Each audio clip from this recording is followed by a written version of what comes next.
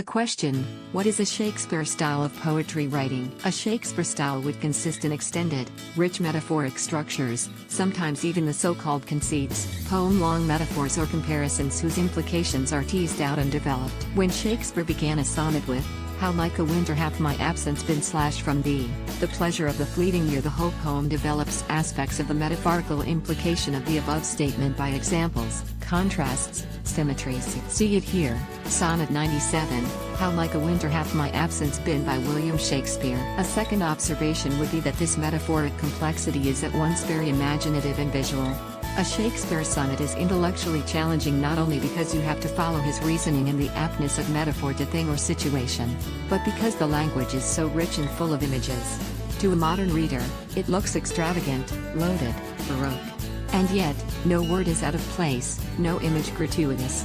No thread hangs loose. The sonnet is a perfect verbal construct. To every poem, Shakespeare's included, you have to attach a musical component.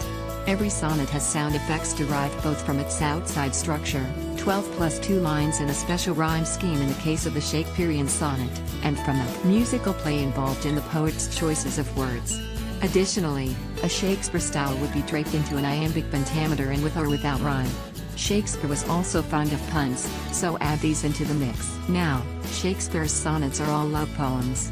But this does not mean that the poetic principles delineated above cannot be extrapolated to other subjects. He did after all use them in his plays. But the lushness and extravagance of the vocabulary and of the emotions it is aimed to express are not modern. Modern poets tend to be minimalist and prose-like because they aim at reality and sincerity. Shakespeare's is poetry with a vengeance, no holds barred, no limits. It does not disguise itself as natural expression, it is openly and unapologetically a work of art. Sincerity is not a question we would ask, nor a criterion to evaluate it.